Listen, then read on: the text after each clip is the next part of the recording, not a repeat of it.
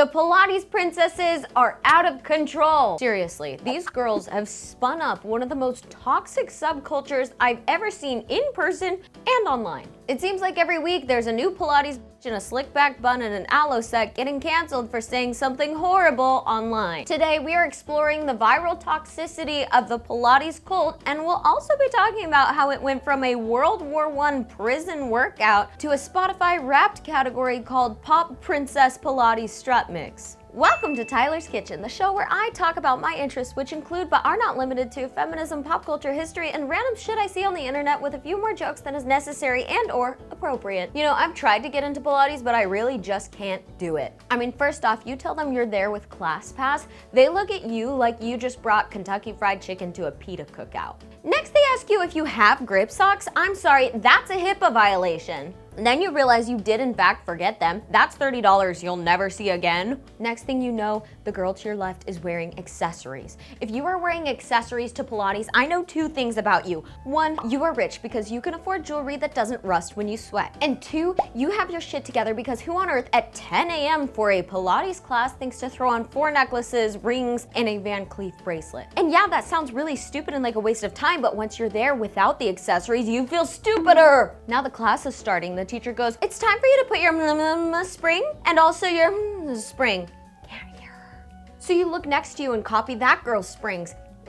A blue, a red, and a yellow. Easily done. 5 minutes into class, you're shaking, crying, about to meet God, and you look over and realize the girl you just copied modified her springs to make it harder. Now I'm getting up off the carriage, as they call it. I look at a sweat mark of my body so clear that you would recognize it on the street. And I look in front of me and what do I see? A girl in a baby pink Aritzia set that is still baby pink. On my body, I would have sweat that mauve in under 3 minutes. And get ready, because now the instructor's correcting you on headset. Hey Tyler, we're gonna tuck that pelvis. No? Not quite. Okay, move your leg out. No.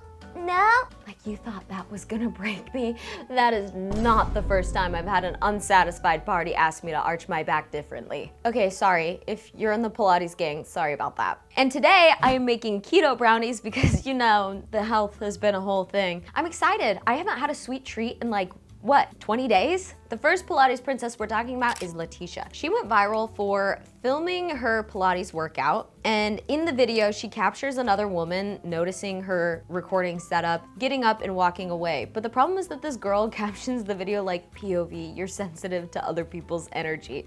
So like the video was meant to kind of frame like this random woman in her class is like, what a hater, she's not supportive of my content creation, what bad energy.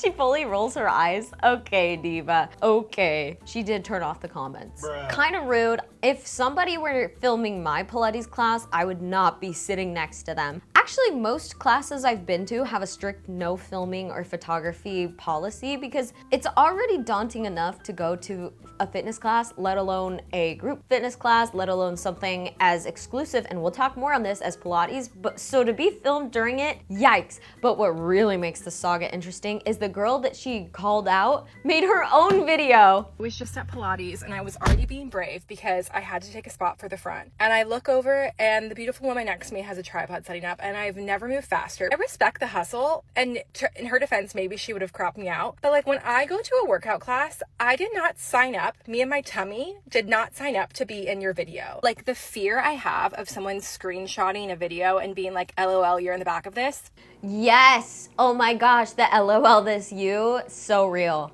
Didn't sign up for cyberbullying today. Not today. I think we just like need to normalize either A, always covering up someone's face. Like if you want to get that content, respect, but please do not put me in it. Or like we just stop filming in class. Or I don't know, ask. If there are people in the background, maybe have that conversation and address it instead of just like going for it. Like if somebody next to me asked, I would probably be like, oh my God, of course I want to be supportive of you and your grind, but I might switch spots since I just don't really want to just be in the background. And as uncomfortable as that might make you feel as a content creator, I really do think that burden is on you. You could sit here and you could get into laws of like reasonable expectation of privacy. Actually, this is a legal thing. Reasonable expectation of privacy. You can be filmed anywhere where there's not a reasonable expectation of privacy. You can check out so much law on this. I actually think it's really interesting. I studied this a lot in my degree. The comments are definitely in favor of this Kelsey girl. Ban recording in gyms, period. I would have moved too. The entitlement of those filming themselves is wild. Studios should have a no phone rule. In fact, most of them I think do. Not her acting like you're the villain for quietly getting up and moving. She did that as nicely as she possibly could have. So obviously, Kelsey's video goes viral. People find Letty's video. They start leaving hate in Letty's comments, and so she responds.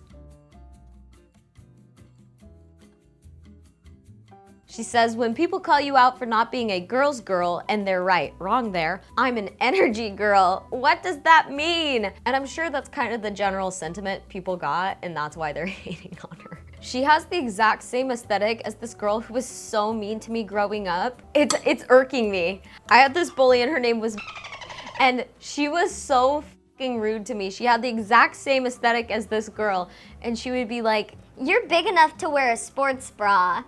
and she would be like, "Why is your uniform so much bigger than ours? I don't get it." so funny. And if you thought this was the end of Letty's response, you are sorely mistaken. Every TikTok villain just triples down. You know this. I'd rather see a TikTok villain double down than try to rebrand. I hate when they walk it back. I think genuinely, if you come out as a TikTok supervillain, your move is to just own it. Like, remember that evil redhead girl who was like, I'm the villain, I'm the evil redhead. And it kind of worked in her favor to just own into being like unlikable. I'm no PR expert. Like, you know how Paris Hilton has always been like kind of fatphobic and mean, but then just like decided that's the brand and nobody cares anymore that she was kind of fatphobic and mean? Just saying. Let's see what this girl says. And it made me realize I don't care anymore what anybody gotta say. I'ma do me.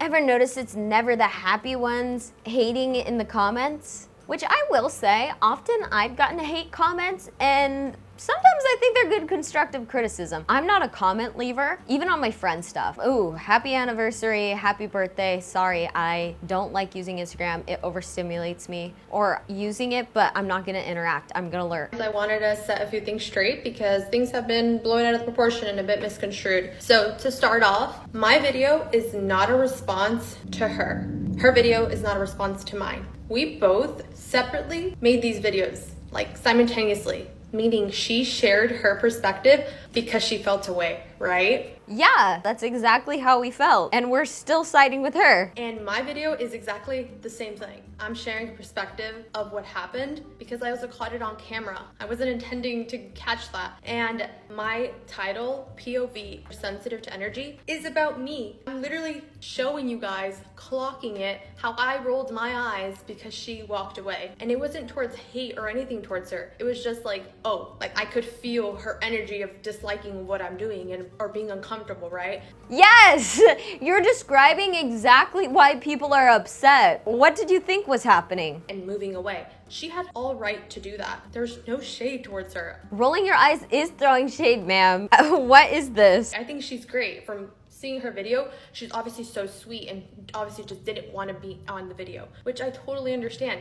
But my video was posted before. I did not intend for her to see it. Her face wasn't in it. If you're including people's bodies in your videos with the hope that they never see it, that's a good hint that what you're doing is wrong. Regardless, I understand that there's so much controversy whether we should film or we shouldn't. In my eyes, I've filmed there before. No one told me I couldn't. My goal isn't to get people in it, but sometimes angles, stuff like that, it's hard. And I hope everyone, I don't know if everyone understands this because not everyone films, but setting up a little tripod on its own is already like stressing. You don't want people to see you doing that. You don't want to seem self-absorbed, but you gotta do what you gotta do. Okay, hold on. First off, you don't want to seem self-absorbed by filming yourself doing a Pilates class and rolling your eyes because other people don't want to be in the background of other... That ship has sailed, ma'am. So on my end, I take full accountability of that coming off a certain way, but my videos that I made after were never targeted towards her. They're actually targeted to the people in my comments. The people who are so upset and like to throw rocks and call me a mean girl. Yet here they are trying to bring me down. And I'm like, honey, keep trying, because sorry, something about me is I'm just very confident in who I am. Not claiming to be perfect. I know who I am, and I'm not worried about people trying to crash my name. But anyways, guys, this is a learning experience, yes, about being mindful of other people and how they feel. We're walking two interesting lines here of not taking accountability. How's a learning experience if you're not willing to take accountability and admit that anything you did was wrong? But I hope we can also understand that we, as people who are maybe extroverted or like to do things, don't think the same. We really don't. Like, I don't worry about what they're gonna say. I don't worry if they're looking at me. Well, sometimes I do, but like I still do what I wanna do. And I hope more people adapt to that and realize they shouldn't be concerned about what other people think, how other people perceive them. Okay, this feels like it went back on everything you just said you learned. Because you'll never win. People will like you and people will not like you. That's all it was. I think like a hate mob to her probably wouldn't have happened if she didn't post the first video or the second video or the third video. But this is kind of why there's like a stereotype of like mean girl Pilates culture. Like if I were already nervous to go to Pilates to get started into fitness and then I saw this crap happen, that would make it hard. Actually, I think these are gonna be tasty, at least to me, because I haven't had any real sugar or treats or joy in a long time. That looks like a half cup probably. Our next Pilates princess is Succulent Addict 8. Well, used to be until she deleted her account. You guys have probably seen this one. But if you're 200 pounds, you shouldn't be in a Pilates class. There's no reason why they should allow 200-pound people in a level 2 class. Or you shouldn't be allowed to be a Pilates instructor if you have a gut and you're fat. Bro, off the bat, this is diabolical. So this girl went viral, obviously. Everybody has clipped this up, stitched it, made reaction videos, because why would you share this hot take online? This is so hateful and mean. And also, 200 pounds, like most women are isn't like the average size in the US like a size 16? Like that's excluding like majority of people. Why would you say that out loud? How does that bug you at all? This is kind of like when people are hateful against minorities, and I'm always like, how does that affect you at all? I'm just always constantly perplexed. Like, how does any of this affect you? How does it affect you? I'm mind blown. 200 pounds is not a high bar to clear. That's probably most adult American women. So of course she receives lots of feedback for this, and this is her response video. Hey guys, I wanted to come on here and just formally apologize for my last few videos. They were nasty, and I think the reason why I posted them was because I think there are some insecurities in me and some self-hate or something. This is a unique apology video take. I can't find scissors to open this, love. Did I get it? No, I still didn't get it, damn it. This knife sucks so bad that it's not even opening this bag of sugar. Is fake sugar good for your health? Probably not. Wow, this is how you know something is good for you. When it's smoking like a witch's cauldron, that's how you know it's good for your health. I should put this all inside of my body. That is sick. Wow, that's sick. But my membership got revoked, and I was told not to go back to work, So you got kicked out of your gym and fired from your teaching position. To find out that she was a teacher is horrifying. If I knew my teacher were judging me on my body, I would be so scared because I already kind of feel that sometimes. It's, I've learned that I can't let those things like take over because it's not okay and it's just not pretty and it's nasty. And I just feel really bad. I just feel really bad that I was just mentioned and it's just so toxic, and I'm just so sorry about that. What compelled you to say this? I think maybe she thought people were gonna agree with her hot take and a couple people would disagree and it would get her followers. Like if Liv Schmidt said this, y'all would eat it up. So I guess in some ways, we've kind of encouraged this environment lately where it's okay to say stuff like this. So maybe I'm actually just as confused as she is as to why this got her canceled. She's like, I don't know, like these evil white MAGA girls say this shit all the time. Obviously, people were outraged. Rightfully so. Now it's calling for half a teaspoon of baking powder. Tyler, the reason you're bad at baking is because it's a science. Got it. Wait, I think I need salt. Oh, okay. I'm pretty sure I forgot the salt. This could be good. A quarter teaspoon of salt coming right up. Boom.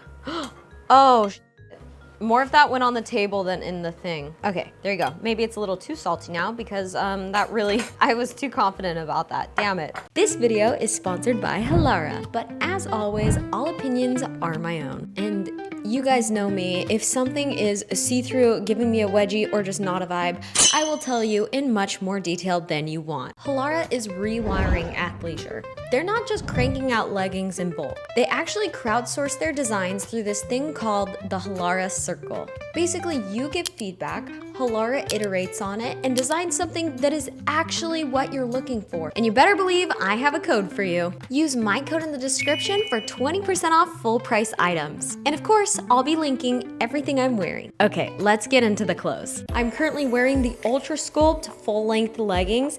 I feel like the waist is super reinforced on this, which I love. It has pockets, a good amount of stretch. I can do any activity I want in these things. Love. This is passing the stretch test, the see-through test, and the comfort test. This skirt is literally to die for. It brings me back to my BFA days in the best way possible. It has built-in shorts and a tie front so you can adjust it to snatch you in. Another thing I love is Halara's size range. They go from extra small to 4X. And also the pricing doesn't feel like you're being punished for wanting quality. And when I'm telling you this, I mean it. I literally bought 2 tops and a pair of leggings my junior year of high school, and I still have them, wear them every week, and always get compliments on them. But here's the cool part. Halara is inviting you to be a part of the Halara Circle. It's not just free clothes, it's your chance to literally shape the designs that they make. You get early access to upcoming pieces, you try them out, and then you leave feedback. So the future of Halara is basically in your hands. Check out all my cute fits linked in the description, as well as my code for 20% off full price items. Thank you again, Halara, for sponsoring this video. And guys, thanks for letting me kind of like mog into the camera with my new workout outfits. I'm so excited about these, seriously. Okay, and our final and most recent Pilates princess is Raven from Love is Blind. It's gonna be an extremely hot take for my Pilates girls. I've seen a lot of commentary surrounding Pilates and proximity to whiteness, as well as disrupting the Pilates space in order to create more diversity and inclusivity. Okay, where are you going with this? As someone whose entire business, purpose of my business, my brand goals is about providing accessible and affordable Pilates to a diverse demographic of women. Yes, that's awesome. What are some words that you think about when you think of like a really nice designer brand? I think of legacy, think about craftsmanship. I know a lot of the products are probably like handmade. People check them over and over again to make sure the quality is there, okay? The design is there, and that's why we pay top dollar, we pay our top coins for these designer items, right? Like you would never walk into Bottega and be like, where's the diversity? Whoa, that is so offensive. Oh my gosh, oh my gosh, oh my gosh. Where's the accessibility? Babe, there is no accessibility. This is Bottega, okay? I want you to think the same way about Pilates. And I know a lot of us who've just gotten into this, or maybe we're new instructors, we haven't been trained. Pilates is a legacy, okay? People have worked generations to preserve this method of exercise. To even just training an instructor classically through a good program takes 500 hours minimum, okay? Okay. It takes 500 hours to work at great clips. And I mean, granted, that's more than it takes to be a cop, but I still don't think that's saying too much. I have a 4-year degree that I do nothing with. Come on now. Nothing about Pilates is giving cheap. That's why things like Leggings and Solid Core are more successful, right? They took away a little bit of the craftsmanship of the reformer and turned it into a megaformer. Now hire a little bit less experience and training out of instructors. That's okay because now more people can do it, all right? Also, this whole keeping Pilates pure, the whole sustaining the legacy, Pilates started in a freaking prison camp, you weirdo. And just to be clear, I am all for the accessibility of Pilates, but I do want some of the Pilates newbies to think a little bit more critically. All of these girls can't pick a point. What are you trying to say? How are you meandering back and forth? No, you're not all for accessibility because you just compared it to Bottega And you said that Bottega's not accessible and Pilates shouldn't be either. Which is it? I think this is this thing that people do on TikTok, that they have a really nasty, mean point and then they slowly meander to a softer, kinder point just to cover their ass. And once again, obviously the internet was outraged by this mean girl behavior.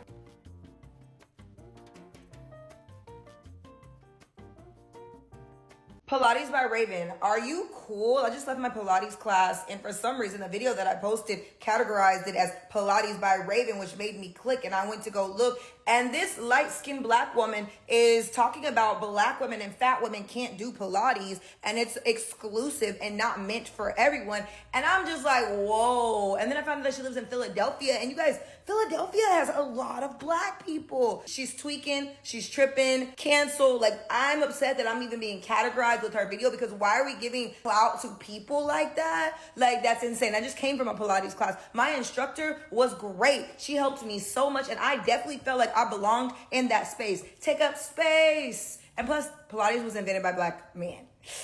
Oh, girl, get it together. This dough is fine. I think maybe it will be better after it cooks, but I just throw this in the oven for 20 minutes. Now these are really thin, so I'm gonna set a timer for maybe like 10 and check it. But I will say, it called for erythritol sweetener, but I could only find stevia. Is that fine? My favorite sugar-free sweetener is Splenda, but I feel like that's not approved on a lot of these things, so I will settle for stevia. I don't know, just Raven, we watched you do unspeakable things to get a man on reality TV. You are not the one who should be acting like you're better than me. Her whole attitude kind of reminds me of like the new hairstylists you went to high school with. Like 1 year post-grad, they pop up, like the hair looks like freshly shucked corn. She goes, getting your hair done is a luxury service. And that's why I charge luxury prices. So if you can't afford this stringy corn husk blonde ass treatment, then don't DM me. It's like, girl, you finished hair school yesterday. Where is this superiority complex coming from? But every service provider thinks they're a luxury service provider. Not every service is a luxury service. That's its own video. Seriously, why does everybody think they're a luxury damn service? Mackenzie, you showed up 20 minutes late. You stopped my appointment midway through to have an argument with your kids about an after-school snack. You're breathing coffee breath into my mouth, and I'm sitting in a pile of somebody else's hair. You're not a luxury service provider. So obviously Raven got some fair criticism. She received comments such as, she literally makes Pilates accessible through her videos, and then this is the opinion she decides to share. How do you gentrify exercise? It was such a weird switch up. Pilates is expensive, it's not accessible, to, sorry guys, I'm all about inclusivity and accessibility. It's my whole goal. If you were on Love is Blind, you do not know luxury. That's like the D list of dating shows. She couldn't even go on a good dating show? You couldn't make Love Island work? Come on, woman up. But what I find so funny about this topic is that these ladies are gentrifying Pilates, which did not begin with all this excess, exclusion, and garbage. Pilates was created in the early 20th century by Joseph Pilates, a German physical trainer who originally called it controlology. That's also what I call it when I text my boyfriend 100 times while he's out with his friends. During World War I, as an intern at Nakalo camp, he developed this method, teaching fellow prisoners exercises to maintain their health, agility, and strength, and he even adapted to use the hospital bed as a part of his exercise. He literally figured out how to use springs of hospital beds to rehabilitate and exercise injured soldiers. This spring bed design is what would eventually evolve into the Pilates Reformer, my favorite torture device. By the way, Pilates on mat and Pilates on Reformer is the same cost on ClassPass. You're out of your mind if you think I'm paying 9 credits for mat Pilates when there's a Reformer Pilates. I know how expensive those machines are. I'm not getting cheaped out by your stupid mat Pilates. I'm not a sucker. I can't imagine Joseph Pilates looking down on us having invented this like prisoner of war exercise and watching it gentrified for evil women with golden doodles and aloe sets. Like, whoa. But by the 1920s, he settled down with his wife Clara and they moved to New York City. They ended up opening a studio which attracted dancers, performers, and ended up cementing his reputation as a rehabilitative and performance-enhancing trainer. It's often remembered by its white practitioners like Martha Graham and George Balanchine, but Joseph Pilates also trained Kathleen Stanford Grant, a black dancer and choreographer who became one of only 2 people personally certified to teach him. So often, Pilates has been such like an exclusive and diversity lacking environment, but one of the only 2 actual certified by Joseph Pilates instructors was a black woman. Are you kidding me? Grant later brought Pilates into more diverse communities, founding the program at the Dance Theater of Harlem. Pilates started in Harlem. So Pilates has a layered history rooted in internment, rehabilitation, dance culture, which we all know is not white, and overlooked black contributions. So like so many other stuff, the whites took it and made it weird. Let's get real. It doesn't take a genius to notice how exclusive the barrier to entry on Pilates is. It's marketed everywhere for affluent white women. Look anywhere for Pilates aesthetic. What you will see is $500 workout sets, $30 Erewhon smoothies, rail thin bodies, Range Rovers, housewives. One researcher looked up Pilates aesthetic, and digging through 70 marketing images for Pilates, she found 8 non-white women in the photos. Researcher Holmes, 2018, likened the whiteness and disciplined behavior of Pilates to ballet, saying the emotive component and docile behavior of the ballerina was a safe identity for white women, both physically and emotionally. Leisure class women repositioned their sloping shoulders, elongated their bodies, and all the while did not bulk or excessively tax their bodies. I do think that is like a very bourgeoisie thing to do, is like being a skinny white lady is all about not eating, control, toning your body, control, dressing in a way that like whispers control, right? Like I think a lot of like thin white lady culture is just showing that you are like the most tight ass there is, right? I found also a really interesting Substack that I'll link below that kind of unpacks how ballet has created a very racist white beauty standard, and Pilates kind of supports that. Let's see if that's ready. It scared me. It's beginning to smell like brownies. Let's see.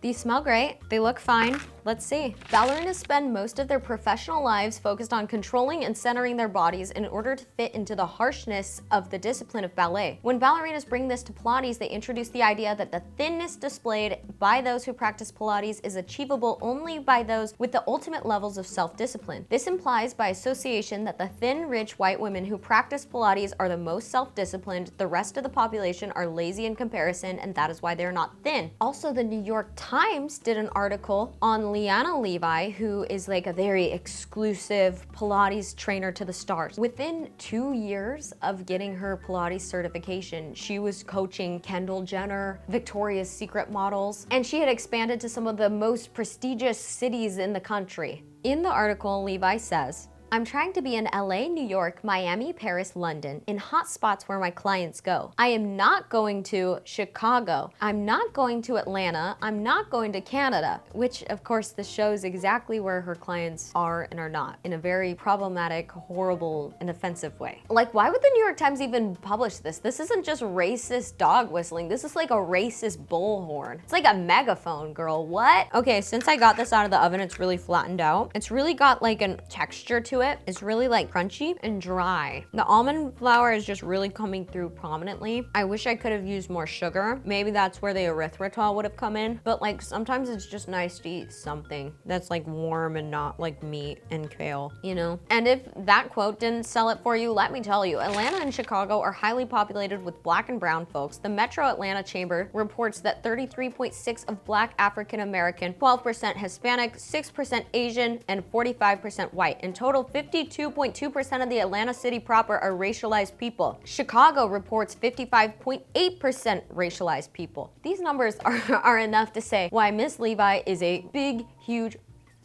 Pilates teacher. So if you have been feeling anxious about going to Pilates, you're not crazy. It is a highly exclusive, rich, white, and often mean girl territory, and you are so valid if you feel intimidated. So if you are somebody who's wanted to get into Pilates but felt intimidated, you're not crazy, especially if you're somebody who's not a rich, skinny, white stay-at-home mom. Even me, as like a very confident young woman, every single time I go in, I feel poor. I feel like I'm not not good. I feel like everybody there is like rail skinny, and it's definitely hurts my confidence when I go. So I can't imagine, given all of my privilege, what it's like for other people. I go in and I'm just like, oh my gosh, my hair has flyaways, my Pilates socks are like dirty brown, they don't look new. I'm not wearing makeup, I have chubby cheeks, and I just spiral. It's not fun for me. But I will say the other day I had the most amazing instructor, and you know what? She was wearing a muscle tank and she had armpit hair, and that made me feel so incredibly safe. And I know it's dumb and I know it's kind of a weird stereotype, but this girl's armpit hair made me feel so protected in the universe and so seen. And then she ended up being just as nice as her armpit hair made her look. And now I only want to go back to that girl's class, and it's not because she had special technique, it's not because the studio is some sort of way, it's literally just because it made me feel good and safe. So if you are a Pilates instructor, please do more to make it feel accommodating, because it's up to you to set the tone of the environment. And if you are a Pilates girly, please do what you can to make new people feel safe, to make it a more positive experience for others. And if you are wanting to get into it, get it, girl. Be confident, and it won't get better unless we get out there and make it better. I'm gonna keep going, and I'm gonna make friends when I go and be really nice to people. That is my goal. And I'm not just saying that because I have class pass credits to use. This is fine. I'm just eating because I like to eat, but